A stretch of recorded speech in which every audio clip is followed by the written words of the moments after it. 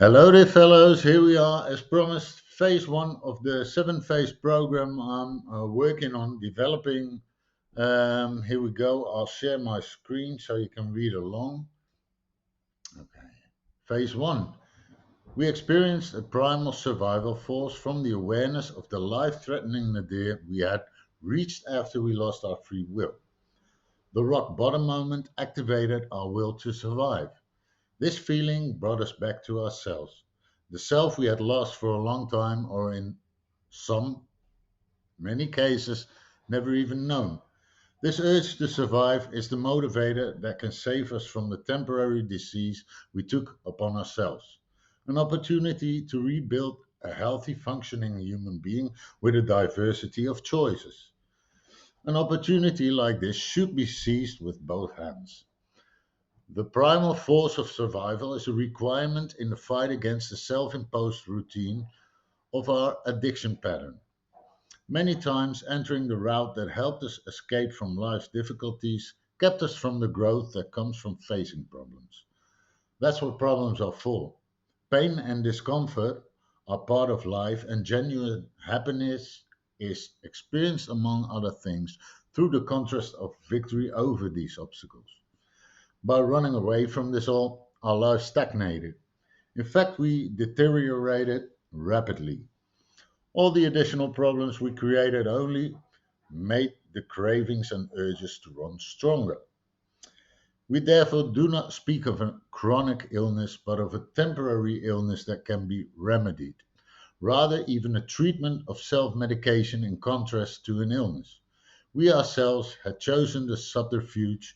Free will was the reason for a routine that was difficult to break, that made us mentally and often physically ill. How does routine work? Whether it concerns toilet training, a bicycle route, or, as in our case, an adapted programming of the brain with self destructive consequences, the more often the action is repeated, the easier the autopilot takes over. You will never forget a frequently taken cycling route. If that route is dangerous, then you cycle around it and create a new one. The association of the addictive substance or action, when taken again, if even once, always brings us back to the route of our addiction in no time, which, like a sheep in wolf's clothing, resembles the path of least resistance. But nothing could be further from the truth, so we have to learn to cycle again. Avoid the old route, learn to live soberly, and think about everything positively. The power of this stage is a gift to be cherished, a way out of years of bondage, prison. Everyone can fill in the origin of this power for themselves. The work is not small, it's not easy, but of a positive nature, and the profit to be achieved is unprecedented. An opportunity out of a thousand with an infinite number of new roads to travel, giving us a chance to make worthy of all the suffering of a dark past. It had not been for nothing but a learning process with major peaks and throws towards a less turbulent and stable growth pattern. So that's phase one. I've got all the other phases roughly sketched as in the former video, in which I gave a summary in a nutshell.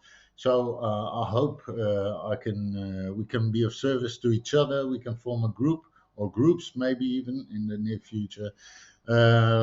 Please, in the comments, I'll put the text again so you can copy, maybe even, and you can find my email address about us, and you can leave some comments or requests or ideas. Share it with me because we have to do this together. Um, so you go, and until the next video. Thank you. Bye bye.